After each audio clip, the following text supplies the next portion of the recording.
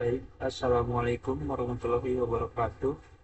Perkenalkan, nama saya Ihsan Maulana dengan NIM 230204600024 dari jurusan Teknik Elektro. Di sini saya akan sedikit menjelaskan dan menjawab soal yaitu tentang studi kasus yang membahas pengaruh faktor daya terhadap kinerja sistem tenaga listrik dalam skala kota. Sebuah kawasan industri membutuhkan daya aktif sebesar 1000 megawatt yang disuplai melalui sistem 3 fase dengan tegangan 150 kV. Di sini kita menggunakan dua perbandingan, yaitu yang A dengan faktor daya buruk dengan cos P-nya 0,75 dan dengan faktor daya yang baik setelah perbaikan yang cos P 0,95.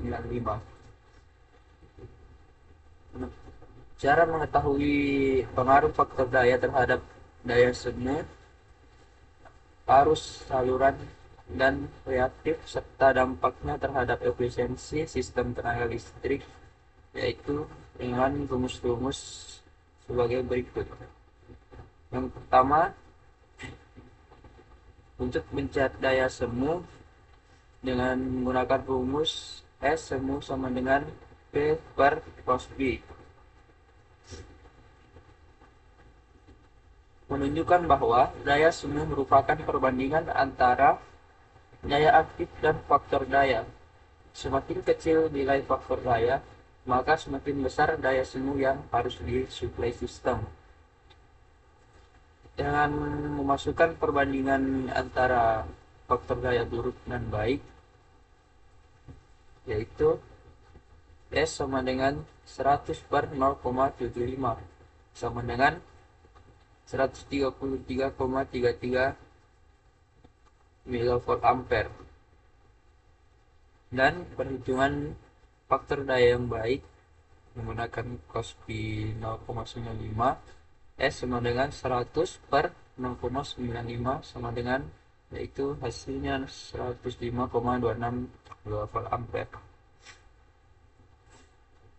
Yang kedua, untuk mencari arus saluran sistem 3 fase menggunakan rumus I sama dengan S per akar 3 kali PL. Untuk menghitung arus saluran pada sistem 3 fase, besarnya arus sangat dipengaruhi oleh daya semu dan tegangan sistem.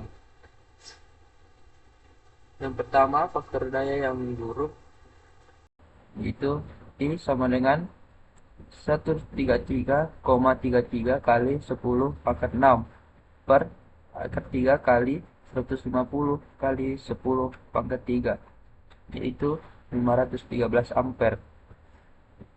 Dan faktor daya yang baik I sama dengan 105,26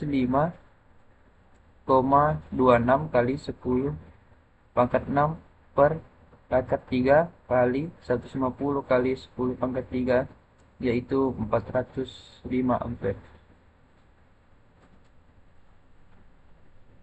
Sekarang ke daya reaktif. Daya reaktif ini menggunakan rumus Q sama dengan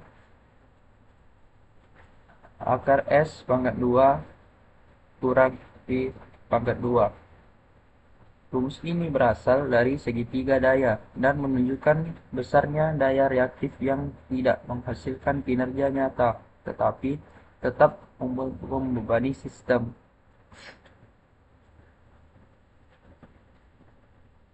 Perhitungan untuk faktor daya yang buruk.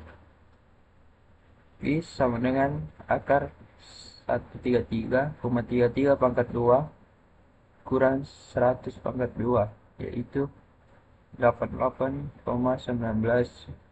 megawatt ampere. Dan faktor daya yang baik P sama dengan akar 105,26 pangkat 2 kurang 100 pangkat 2, yaitu 32,86 megawatt ampere. Sekarang ke analisis perbandingan antara daya semu, antara kondisi dan daya semu. Yang pertama nih, kondisi daya yang buruk yaitu Kospi 0,75 dan Kospi 0,95. Daya semu 133,33, sedangkan daya yang baik 105,26.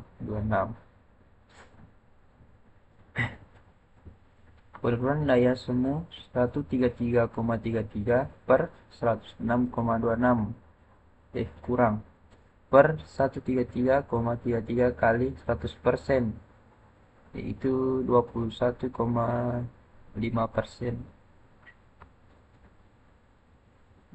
Perbandingan arus saluran pada buruk dan baik, arus yaitu yang buruk 513 dan yang baik 405. Penurunan arus 513 kurang 405 per 513 kali 100%, itu 21,5%. Perbandingan daya reaktif dan Kospi 0,75 88,19 dan Kospi dari 0,95 32,86. Penurunan daya reaktifnya itu 88,19 kurang 32,86 per 88,19 kali 100%, itu 62,73%. Dan mengapa perubahan faktor daya berdampak besar? Konsekuensinya terhadap kabel trafo, rugi daya, dan efisiensi sistem. Perubahan faktor daya berdampak besar karena faktor daya secara langsung memengaruhi besar daya semu dan arus yang mengalir dalam sistem. Meskipun daya yang aktif yang digunakan tetap sama, ketika faktor daya rendah, sistem harus menyalurkan arus yang lebih besar untuk menghasilkan daya aktif yang sama, sehingga komponen sistem bekerja lebih berat. Arus yang lebih besar menyebabkan pemanasan berlebih pada kabel, mempercepat penurunan isolasi, dan meningkatkan risiko kerusakan terhadap kabel itu sendiri. Pada transformator atau trafo, faktor daya rendah membuat trafo menyalurkan daya semu yang lebih besar, sehingga kapasitas trafo cepat penuh dan umur operasinya akan berkurang. Selain itu, arus besar meningkatkan rugi daya secara signifikan, sehingga sebagian energi listrik terbuang sebagai panas. Akibat meningkatnya rugi daya, efisiensi sistem menurun. Tegangan menjadi kurang stabil dan biaya operasi sistem tenaga listrik menjadi lebih tinggi. Sebaliknya, perbaikan faktor daya menurunkan arus, mengurangi beban peralatan, menekan rugi daya, dan meningkatkan efisiensi serta keandalan sistem tenaga secara keseluruhan. Baik, itulah penjelasan yang dapat saya sampaikan.